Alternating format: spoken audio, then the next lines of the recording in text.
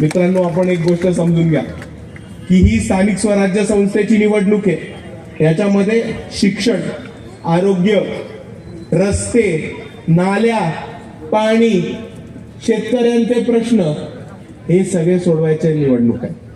पण इकडे आपल्या विरुद्ध भाजप आणि त्यांचे मित्रपक्ष, आणि भाजप आणि त्यांचे मित्रपक्ष निवडणुकीमध्ये एकच गोष्ट करतात, एकच स्ट्रॅटेजी वापरतात, एकच स्ट्रॅटेजी वापरतात। ते म्हणजे की निवडणूक आली की धर्माच्या नावावर आणि जातीच्या नावावर लोकांना विभाजनाचा प्रयत्न करतात। निवडणूक आली की बरोबर येऊन तुम्हाला विचारतात, तुम्हाला हिंदू उमेदवार हवा का मुसलमान उमेदवार हवा, तुम्हाला खालच्या जातीचा उमेदवार हवा का तुम्हाला वरच्या जातीचा उमेदवार हवा, तुम्हाला अगरबत्ती पाहिजे का मेणबत्ती पाहिजे। दर निवडणुकीमध्ये हा प्रचार करतो। आणि जर या निवडणुकीमध्ये कोणताही भाजपवाला आपल्याला येऊन म्हटला की तुला हिंदू पाहिजे का मुसलमान पाहिजे, तुम्ही त्याला ठामपणे म्हणा, मला माझ्या मुलासाठी शिक्षण पाहिजे। कोणी येऊन म्हणाला तुला अगरबत्ती पाहिजे का मेणबत्ती पाहिजे, त्यांना म्हणावं मला माझ्या गावासाठी चांगले रस्ते पाहिजेत आणि 24 तास पिण्याचं पाणी पाहिजे।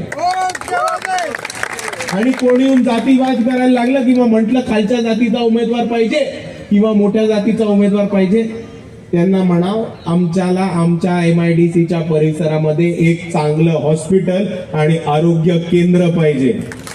कारण मित्रांनो, एक सोपा मुद्दा आपण सर्वांनी समजून घेतला पाहिजे। हिंदू मुस्लिम आतापर्यंत करत आलो, कोणाचं काही झालं नाही। जातीवाद आतापर्यंत करत आलो, भामटे सोडले तर कोणाचं काही झालं नाही।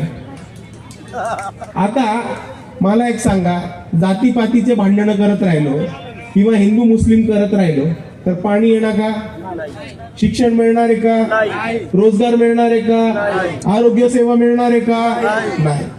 तर आता हे सगळे जे भाजपचे फालतू मुद्दे ते औरंगाबादच्या कचऱ्याबरोबर भाजप बरोबर आपल्याला कचरा पेटीत टाकायची वेळ आलेली आहे। आणि वंचित बहुजन आघाडीचे आणि त्यांच्या मित्र पक्षांचे उमेदवार हे निवडून आणून द्यायची वेळ आलेली आहे।